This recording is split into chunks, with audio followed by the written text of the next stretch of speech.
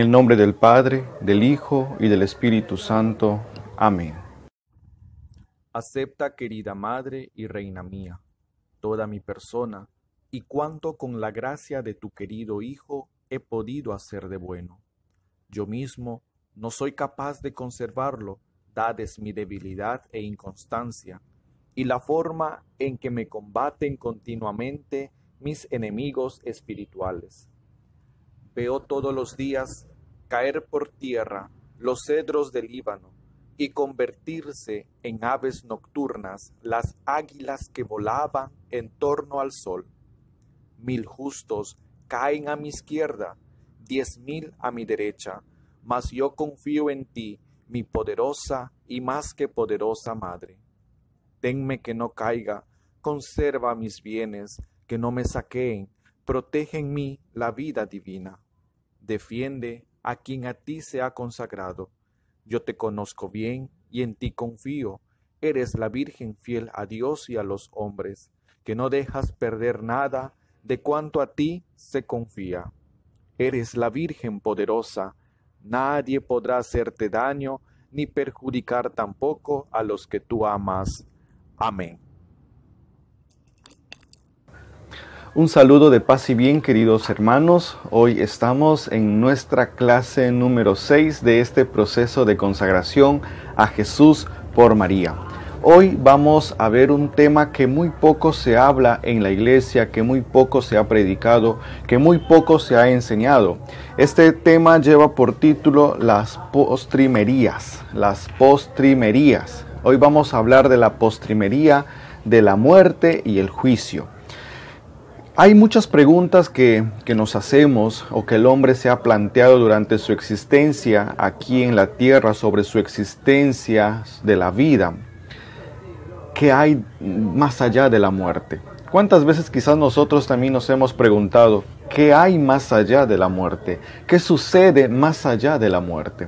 Entonces, son preguntas trascendentales que el hombre ha ido planteándose durante su existencia aquí en la tierra, sobre su existencia aquí en la tierra y sobre su destino final, ¿no? Sobre su destino, a dónde llegaremos, dónde terminará una vez que el hombre haya muerto. El hombre no solo es materia, el hombre es también espíritu. Por lo tanto, no podemos decir que solamente el hombre es para este plano terrenal, sino que nosotros somos también para el plano espiritual. O sea, somos materia y somos espíritu. Fuimos creados para la eternidad. Tú y yo fuimos creados para la eternidad. Esto que estamos hablando de las postrimerías prácticamente son realidades últimas del hombre. El destino de cada hombre es el cielo. Tu destino y mi destino es el cielo. Entonces, queridos hermanos, muchas veces poco se habla de estos temas, pocas veces se habla de estas definiciones, ¿no? Sobre cómo prepararnos para la muerte, cómo ir al juicio, ¿no? Porque eso son postrimerías, realmente son las etapas últimas de cada hombre, las etapas últimas de cada ser humano. La muerte es el paso para la vida en sí, ¿no? O sea, ¿por qué tenemos que hablar de postrimerías en este proceso de consagración? ¿Por qué? Porque nosotros sabemos que la muerte nos abre paso ¿a dónde? A la vida eterna, nos abre paso a ese encuentro con Jesús. Es necesario morir para poder ver a Jesús. Es necesario morir para poder ir al encuentro de Jesús. Si estamos tal como estamos, no vamos a poder quizás ver cómo es Jesús en persona, ver cómo es Jesús en realidad, ver cómo es Dios en realidad. Entonces la muerte es ese paso, la muerte nos abre paso a esa realidad eterna a la que cada uno de nosotros estamos llamados. Nuestro destino, vuelvo a repetir, es el cielo. Entonces, el hombre de hoy tiene que pensar en esas postrimerías. Si nosotros no hablamos, si nosotros no enseñamos de esas postrimerías eternas, de esas postrimerías que sucede después de la muerte, prácticamente vamos a ser como hoy en día la sociedad está acostumbrando. No hablamos mucho de esto, ¿por qué? Porque al hombre no le preocupa su fin. Al hombre no le preocupa, no le interesa su fin. Más que todo vive de lo presente. Pero si nosotros nos ponemos a pensar qué sucede después de la muerte, cuál es mi destino después de la muerte, entonces yo creo que enseñando estas lecciones, el hombre va a tomar sentido a su vida y va a llevar su vida de una manera agradable y de una manera correcta ante los ojos de Dios. Hoy en día no se habla de esto, por eso el hombre no tiene o no piensa en su fin. Y por lo tanto, como no piensa en su fin, no piensa tampoco cómo vive, o sea, vive solamente por vivir. Y esto es una cruda realidad, mis hermanos, que estamos viviendo en la actualidad. La palabra de Dios en Eclesiástico o Sirásida nos dice en el capítulo 7, versículo 36. Sirásidas o Eclesiástico capítulo 7, versículo 36, nos dice la palabra del Señor: acuérdate en todo momento de tu fin y nunca pecarás. Entonces, las postrimerías, hermanos, nos ayudan a vivir de una manera correcta y santamente.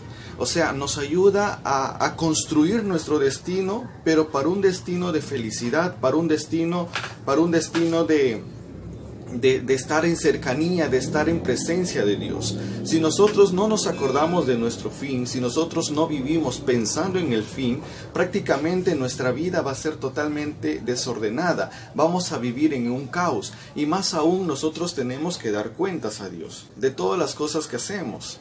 Mis hermanos, entonces la postrimería, hablar de postrimería nos ayuda a eso, a llevar una vida correcta, a llevar una vida agradable a Dios, de llevar una vida digna ante los ojos de Dios. No podemos nosotros, no podemos obviar estos temas, no podemos obviar la muerte. Muchas veces dicen, vive tu presente, vive tu vida y no dejes, como dice Susy Díaz, vive tu vida y no dejes que la vida te viva. Pero esto es una gran, digamos, falacia que el mundo nos está. O sea, yo tengo que vivir mi vida, pero tengo que vivir esa vida conforme a lo que Dios está mandando, conforme a lo que Dios pide que vivamos. Si yo vivo y lo desperdicio, eso no es vida. He escuchado también a muchas personas que decían, disfruta, haz todo lo que quieras, porque al final cuando mueres no vas a hacer nada. Realmente no se va a hacer nada. Pero nuestra alma, o sea, el ser humano no solamente es cuerpo, también es espíritu. Ese espíritu va a vivir, ese espíritu es eterno, ese espíritu no tiene fin, ese espíritu no es finito, ese espíritu es infinito y por lo tanto el espíritu es el que va a tener vida después de la muerte. Entonces, con esto que quiero decir, que nuestros actos determinan el final de nuestro destino. O sea, mis actos y tus actos van a determinar nuestro destino. Queridos hermanos, las postrimerías nos ayudan a tomar en serio el camino que estamos viviendo, el camino o la vida que estamos viviendo, el camino que estamos recorriendo. O sea, las postrimerías nos ayudan en esto. ¿Saben por qué? Porque nos ayuda a vivir el presente, pero con miras al futuro. Porque va a haber un momento, mis hermanos, en que tú y yo vamos a estar cara a cara delante de Dios. Y tenemos que rendir cuentas, tenemos que dar explicación a Dios de la forma de vida que tú y yo hemos estado llevando. Entonces, pensar en mi muerte, pensar en el fin de mi vida terrenal y en esa vida futura del Espíritu, entonces me ayuda a mí a corregirme aquí, a corregirme el presente para que mi futuro sea un futuro provechoso, sea un futuro de felicidad, sea un futuro delante de Dios, sea un futuro de paz. Pero entonces, ¿por qué es necesario hablar de postrimerías? Es necesario hablar de postrimerías, ¿por qué? Porque nos va a ayudar a nosotros como cristianos a vivir de una manera correcta, a vivir de una manera agradable y conforme a lo que Dios establecido. ¿Qué es la postrimería? Son las etapas últimas del ser humano. Las postrimerías son las etapas últimas del ser humano. ¿Y cuáles son esas etapas últimas del ser humano? La muerte, el juicio, el infierno o la gloria.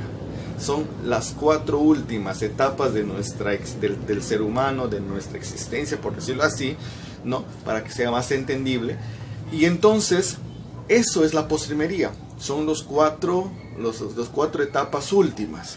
Vamos a hablar: muerte, juicio, infierno o gloria, o el paraíso o el cielo. Entonces, hoy vamos a hablar de la muerte. ¿Qué es la muerte? ¿Cuántas veces nos hemos preguntado qué pues es la muerte, verdad? ¿En qué consiste esa muerte? La muerte es la separación del alma y del cuerpo, ¿no? Es la separación del alma y del cuerpo. Y eso nos dice el Catecismo de la Iglesia Católica en su numeral 997, en su numeral 624, 650, 1005. Dice que la muerte es la separación del alma y del cuerpo como el final también de nuestra vida terrenal, o sea, el final de nuestra vida terrenal, de nuestra existencia aquí en la tierra. Debemos aclarar, mis hermanos, que cuando el catecismo habla de separación del alma y del cuerpo, no estamos hablando de un dualismo, ¿no?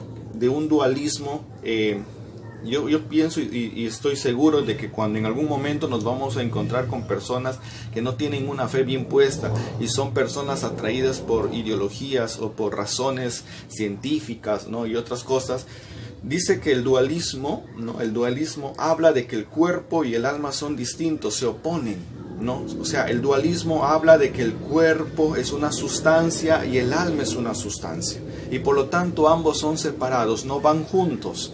Pero nosotros, los cristianos, decimos que el cuerpo y el alma es un don de Dios, es un regalo de Dios. Y por eso nosotros decimos en el credo, creo en la resurrección de la carne. O sea, el momento de la muerte es cuando mi alma, el espíritu, sale de mi cuerpo y se va en la presencia de Dios. Y mi cuerpo queda en la tierra. Queda en la tierra, ¿no? Dice la palabra, del polvo fuiste creado y al polvo volverás. Pero, mis hermanos, o sea, esa separación no es un dualismo, sino que es la separación en donde mi alma se va a la presencia del Señor y mi cuerpo se queda aquí en la tierra. Mi cuerpo se queda aquí en la tierra. Entonces, dice el dualismo que el cuerpo y el alma se oponen, siendo el cuerpo malo y siendo el alma bueno. No, o sea, el cuerpo no es malo. Porque San Pablo nos dice que el cuerpo es templo de Dios, templo del Espíritu Santo. Y por lo tanto, si mi cuerpo es templo de Dios, no puede ser malo. El alma tampoco es malo, porque el alma ha sido creado de Dios, viene de Dios. Entonces nosotros fuimos creados de Dios para retornar a Dios. El dualismo dice que son sustancias separadas, el cuerpo y el alma son sustancias separadas, pero nosotros como cristianos no vemos a eso, sino vemos a la persona como única, o sea, la persona única, una unidad sustancial de cuerpo y de alma. O sea, somos cuerpo y alma. El cuerpo y alma van de la mano. No podemos decir yo alimento más a mi alma y que a mi cuerpo lo maltrato.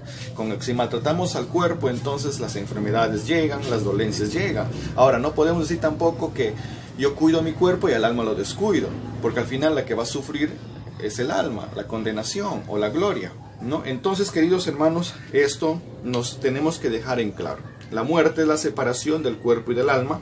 Al hablar de esto no estamos hablando de un dualismo, sino de una unidad sustancial, pero que el cuerpo y el alma, o el alma se separa del cuerpo hasta el día de la resurrección. Y cuando el día de la resurrección de los muertos, ¿qué va a suceder? Se une el alma y se une el cuerpo. Se une, no se separa. O sea, en la resurrección no va a resucitar el alma, resucita el cuerpo. Entonces, en esa resurrección se une el alma y se une el cuerpo para que vuelvan a ser esa unidad sustancial. Entonces, Romanos 6:23 nos dice que el precio o la paga del pecado es la muerte. Sí, realmente la muerte es el precio o es la paga del pecado.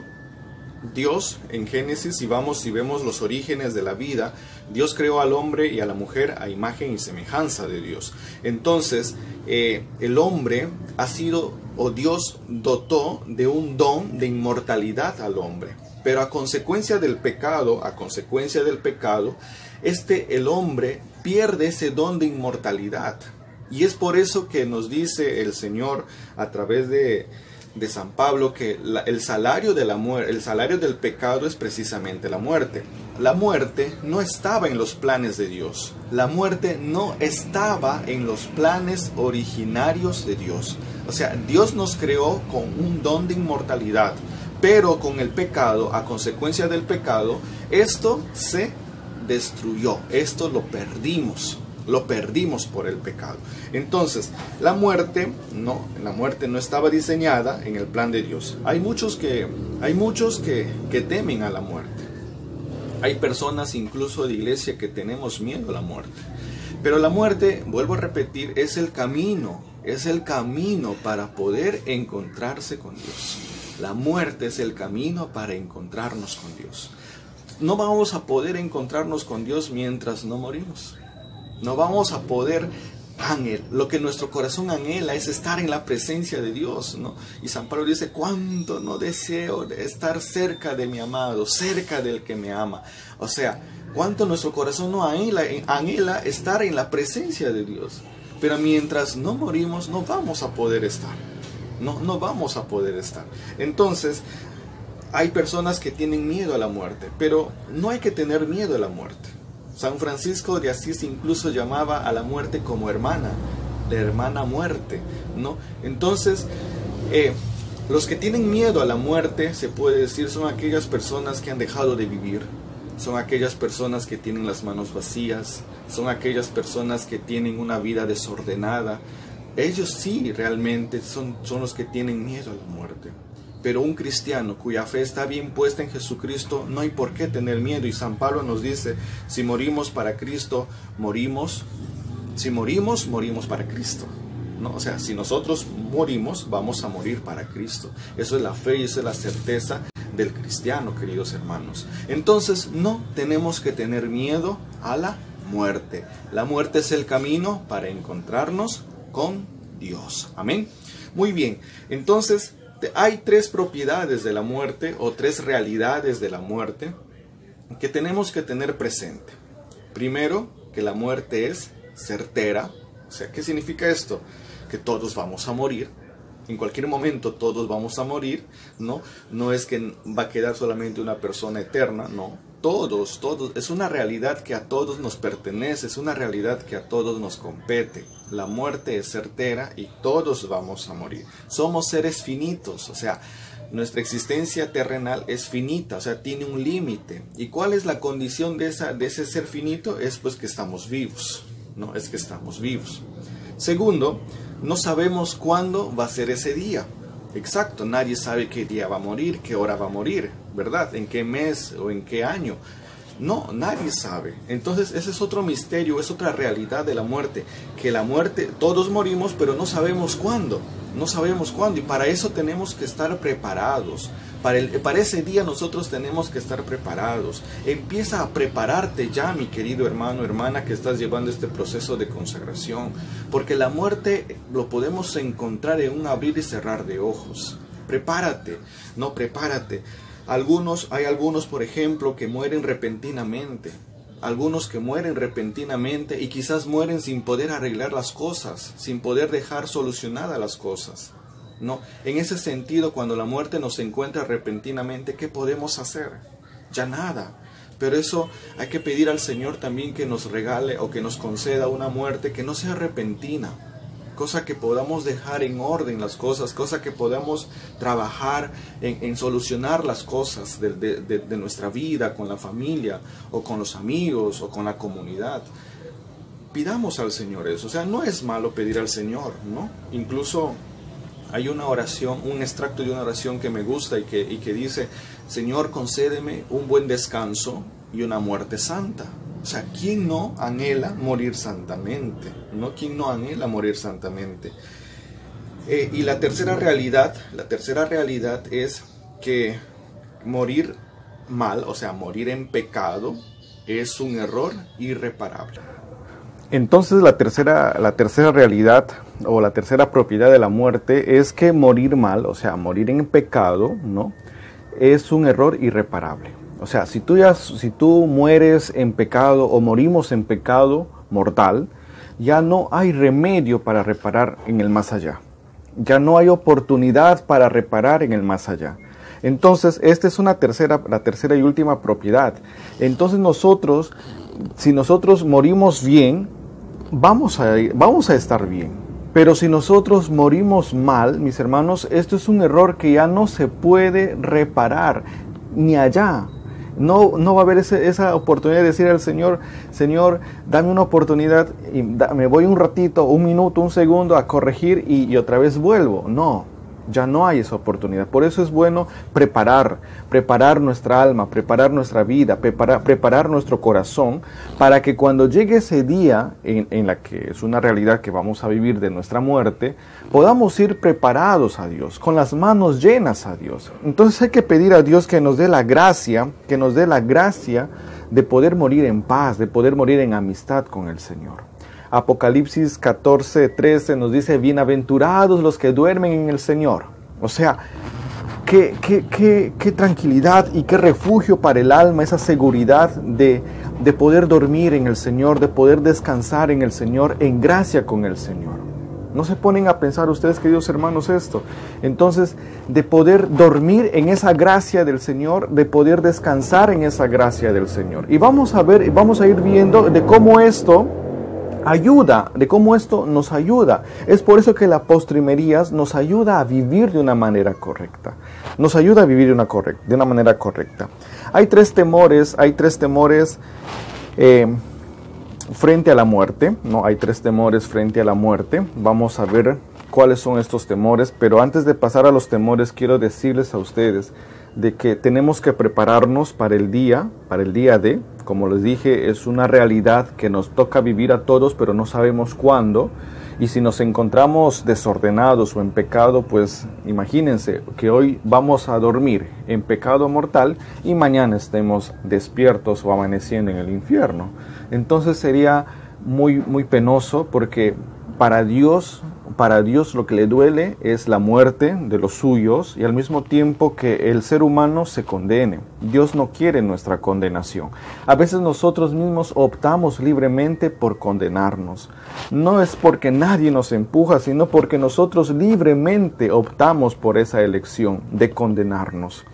Entonces hay tres temores frente a la muerte. Uno en el presente, el temor de dejar a la familia, el temor de dejar solos a los hijos, el temor de dejar solo a las personas que nos rodean, el temor de dejar los bienes materiales, ¿verdad? Es como que hay un sentimiento de apego y como que no nos permite desapegarnos de las personas. Eso es un temor latente, ¿no? La persona que experimenta la muerte, o la persona que ya está, digamos, en sus últimos momentos de exhalar su último respiro, entonces se presenta este temor, el temor de dejar a los suyos, el temor de dejar a los suyos. El temor al pasado también es otro, el temor al pasado cuando es una actitud de remordimiento, cuando en un momento vienen los recuerdos de los pecados que hemos cometido, los sentimientos de culpas que de repente pasadas, ¿no? Entonces como que hay ese arrepentimiento, ese remordimiento, y tenemos miedo a enfrentarnos también quizás a ello. Y el temor al futuro es lo que vamos a decir, lo que vamos a presentarnos delante de Dios, lo que vamos a hacer delante de Dios. ¿Por qué? Porque delante de Dios el futuro es que cuando yo muero me voy a la presencia del Señor, y está el Señor y estoy yo, y estamos cara a cara. Entonces nosotros vamos a empezar a contar a Dios y vamos a ser examinados y vamos a ser juzgados con esto, ¿no? Juzgados, y vamos a ser, cuestionados por el Señor, ¿no? Como les decía en una de las clases o en la lección anterior, ¿dónde está tu hermano? O sea, vamos a ser juzgados en el amor, ¿no? Entonces a esto vamos a entrar. Esa es la muerte, quizás podemos hablar de la muerte muchas horas, pero el tiempo es corto. Ahora vamos a hablar del juicio. El juicio, para entender un poquito el juicio, imagínense que desde el primer instante de vida que nosotros tenemos, o sea, desde el primer instante de nuestra existencia en la concepción, imagínense que hay una filmadora, una cámara filmadora, y que está encendida, ¿no? Desde el primer minuto, desde el primer segundo de vida que tenemos. Y esa cámara filmadora está empezando a grabar y graba y va grabando hasta el tiempo en que nos toca ir a rendir cuentas, ¿verdad? Entonces, imagínense que esa cámara filmadora, esa cinta que ha grabado, que ha registrado todas nuestras acciones internas y externas, el día en que nosotros nos presentamos a Dios, eso va a ser proyectado y el único espectador vamos a ser nosotros. ¿no? El único espectador vamos a ser nosotros. A eso se le conoce como el juicio particular, donde solamente está Dios y estoy yo. Y vamos a rendir cuentas de nuestros actos y a raíz de esa rendición de cuentas vamos a recibir nuestra recompensa. Ahora, imagínense que esa misma cinta de grabación o nuestra película, ¿no? Nuestra película de vida, es proyectada ante toda la humanidad. Y eso se le conoce como el juicio final o el juicio general. Entonces, hay dos tipos de juicios, el juicio particular y el juicio final. En juicio particular nos dice Hebreos capítulo 9, versículo 27, nos dice la palabra de Dios a través de San Pablo, así como los hombres mueren una sola vez y después viene para ellos el juicio. O sea, ese juicio particular a la que vamos a ser juzgados cada uno de nosotros. Recuerden que hay un santo, no recuerdo el nombre de este santo, pero que dijo, al atardecer de nuestras vidas, se nos juzgará en el amor. Se nos juzgará en el amor. Imagínense, seremos juzgados en cuanto hemos amado. Y ahí resonará esa pregunta de Dios cuando lo hizo a Caín. ¿Y dónde está tu hermano? ¿Dónde está tu hermano? Entonces, hermanos, eso es el juicio particular. Ahora, el juicio general también lo encontramos en la Biblia. Lo encontramos en Mateo capítulo 25, versículo del 31 al 32, que dice, cuando el Hijo del Hombre venga en su gloria, rodeado de todos sus ángeles, se sentará en el trono de gloria que es suyo. Todas las naciones serán llevadas a su presencia y separará a unos de otros, al igual que el pastor separa de las ovejas de los chivos. Palabra del Señor. Entonces, nos habla de dos juicios, el juicio general y el juicio particular. El juicio particular es el día en que nosotros nos morimos, vamos a la presencia del Señor y somos juzgados y recibimos la recompensa según nuestros actos, o bien el purgatorio o bien el infierno, y después el juicio final, en donde va a ser cuando Cristo venga en gloria y resuciten los muertos. Entonces eso es el juicio final o el juicio general, en donde ya después de ese juicio empieza el cielo nuevo, la tierra nueva.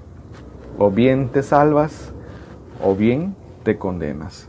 Al final o al atardecer de nuestra vida seremos juzgados en el amor. Y realmente, ¿en qué vamos a ser juzgados? Vamos a ser juzgados en la caridad y en el amor. En esos dos puntos vamos a ser juzgados. No hay otra. Seremos juzgados en la fe y en la caridad. Seremos juzgados en cuánto amor hemos dado a Dios. Entonces, hermana, hermano, yo te invito a que podamos corregir. Si estamos quizás reconociendo con esto y vemos que nuestra vida quizás no está muy ordenada, pues hagámoslo. Pongamos en orden. Lo que importa es, hermanos, que no importa cuánto tiempo hayas desperdiciado en el mundo. Lo importante es que de ahora en adelante empecemos a poner rectitud de corazón. Y la rectitud de corazón es caminar según los principios, según los preceptos de Dios. Que nuestras manos vayan llenas a Dios, que nuestras manos no vayan vacías, que nuestras manos estén quizás heridas, pero de tanto trabajo por el bien de la humanidad. Hermano, Cristo lo puede todo, Cristo lo puede hacer nuevo todo. Pídele al Señor, Señor, ayúdame a que de ahora en adelante viva mi vida, pero con mis ojos puestos en el cielo, con mi futuro puesto en el cielo. Y así vamos a ver, hermanos, cómo nuestra vida empezará a tomar sentido. Dice Eclesiástico Siracida, recuerda tu fin y no pecarás. Recuerden, imaginémonos que de repente más tarde o mañana vamos a morir. Y hay que vivir. ¿Qué haríamos nosotros antes de morir? ¿Qué haríamos? Sabiendo que si el Señor nos da esa gracia, ¿no? Supongamos que nos dice, oye, mañana vas a morir a tal hora. ¿Qué empezarías a hacer tú faltando esas horas para que puedas ir a la presencia de Dios? Yo pienso que muchas cosas. Pues vivamos con esto. Vivamos así. Vivamos como si fuésemos a morir mañana. Y así nuestra vida tendrá sentido. Vamos a orar, vamos a pedir a la Virgen que nos ayude, Oh Madre bendita, en esta lección hemos conocido y hemos aprendido acerca de las postrimerías, de la muerte y el juicio. Y realmente, Madre bendita, nuestra vida quizás hoy en estos momentos se encuentra desordenada. Ven tú, que eres el camino fácil, seguro y corto para llegar a Jesús, para que podamos caminar derechamente, para que podamos caminar rectamente. Ayúdanos a dar la espalda al camino del pecado y ayúdanos a aceptar ese camino que nos lleva a la gloria, ese camino que nos lleva a la cruz. Ayúdanos a cargar nuestra cruz, ayúdanos a aceptar nuestra cruz, porque sin cruz no hay resurrección, porque sin cruz no hay gloria. A veces somos cristianos que rechazamos las pruebas, que rechazamos las cruces, pero no entendemos quizás la magnitud de esto, de que sin cruz no hay resurrección. Sin pasión no hay resurrección. Oh Madre bendita, quita el temor de nuestros corazones sobre la muerte y ayúdanos más bien en preocuparnos en llevar una vida agradable y conforme a lo que Dios nos pide, para que así cuando estemos en su presencia pueda el Señor decirnos a cada uno de nosotros: bienaventurados ustedes que han dormido en el sueño del Señor. Ayúdanos, Virgen María. Imagínate, hermano, hermana, que quizás en estos momentos sea tu hora final. Empieza a reconciliarte con el Señor, empieza a reconciliarte con los tuyos. No esperes el último minuto, quizás cuando no puedas hablar, de poder pedir perdón a Dios, perdón a los que has lastimado. Ayúdanos, Virgencita linda, a arreglarnos y ser buenos cristianos. Te lo pedimos por Jesucristo nuestro Señor. Amén. Práctica. La práctica que vamos a hacer en esta noche, hermanos, hermanas, o de esta lección, es que vas a empezar a pedir perdón con las personas que estás disgustados. Vas a pedir perdón de todo corazón, diciendo que te arrepientes y que quieres tener esa paz, esa tranquilidad con todos. Vas a reconciliarte con las personas que tienes un pleito o un disgusto, incluso a aquellas que te cuesta pedir perdón. Segundo, vas a empezar a llamar a aquellas personas que de repente has olvidado, ¿no? Y vas a empezar a conversar y vas a empezar a pedir también quizás a ellos perdón si es necesario, porque a veces por nuestro egoísmo, por nuestro orgullo, se olvidan a tantas personas. Tercero, vas a abrazar a los que están a tu lado.